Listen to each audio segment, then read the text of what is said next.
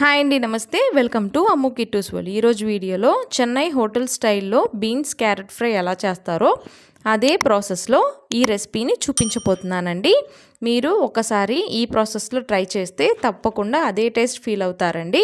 Veg మీల్స్లో కంపల్సరీగా ఉండే ఈ ఫ్రైని సింపుల్గా ఎలా చేయాలో చూద్దాం పదండి. ఇక్కడ నేను 1/2 kg వరకు క్యారెట్ తీసుకున్నానండి. అలాగే బీన్స్ కూడా ఈక్వల్ క్వాంటిటీ తీసుకొని తప్పకుండా ఇదే సైజులో కట్ చేసుకోవాలండి.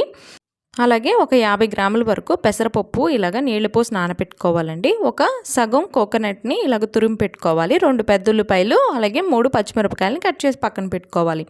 ఇప్పుడు పాన్ పెట్టుకొని ఆయిల్ వేసుకోవాలండి.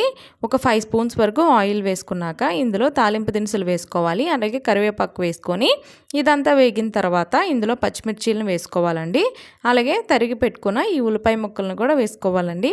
వేసుకున్నాక ఇవంతా కొంచెం వేగిన తర్వాత మనం కట్ చేసుకున్న ఈ బీన్స్ అలాగే క్యారెట్ను కూడా ఒకేసారి వేసేసుకోవచ్చండి. అప్పుడు ఈక్వల్గా కుక్ అవుతుంది. ఇలాగ వేసుకున్నాక కలుపుకొని ఇలాగ 2 నిమిషాలు హై ఫ్లేమ్ పెట్టుకొని ఇలాగ ఫ్రై చేసుకోవాలండి. తర్వాత మంట తగ్గించుకొని ఇందులో 1/2 స్పూన్ సాంబార్ పొడి వేసుకోవాలండి. అలాగే తగినంత సాల్ట్ వేసుకోవాలి. ఈ కూరకి సాంబార్ పొడి సీక్రెట్ టిప్ అండి.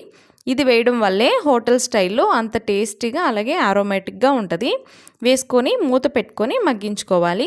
ఈలోపు ఒక గిన్నె పెట్టుకొని మనం నానపెట్టుకున్న ఈ పెసరపప్పును వేసుకొని 1 కప్పు వాటర్ పోసుకొని ఒక్క పొంగు వచ్చేంత వరకు ఉడికించుకోవాలండి. ఎక్కువ ఉడికించకూడదు.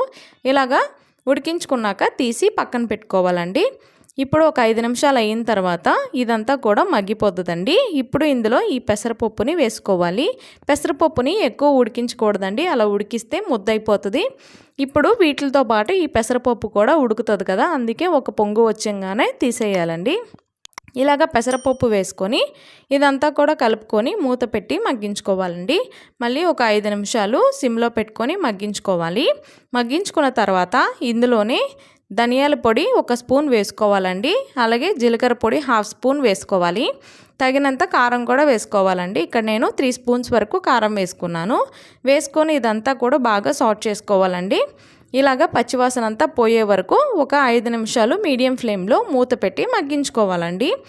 తర్వాత ఇందులోనే తురిమి పెట్టుకున్న ఈ పచ్చి కొబ్బరిని వేసుకోవాలండి.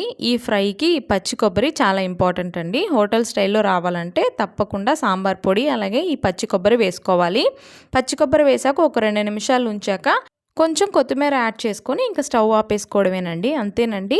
ఎంతో రుచిగా ఉండే ఈ బీన్స్ క్యారెట్ ఫ్రై మీరు కూడా ఒకసారి తప్పకుండా ఇదే ప్రాసెస్లో ట్రై చేయండి. చాలా బాగా కుదురుతుందండి. మీకు ఎలా కుదిరిందో కూడా నాకు కామెంట్ చేయడం అస్సలు మర్చిపోవద్దు.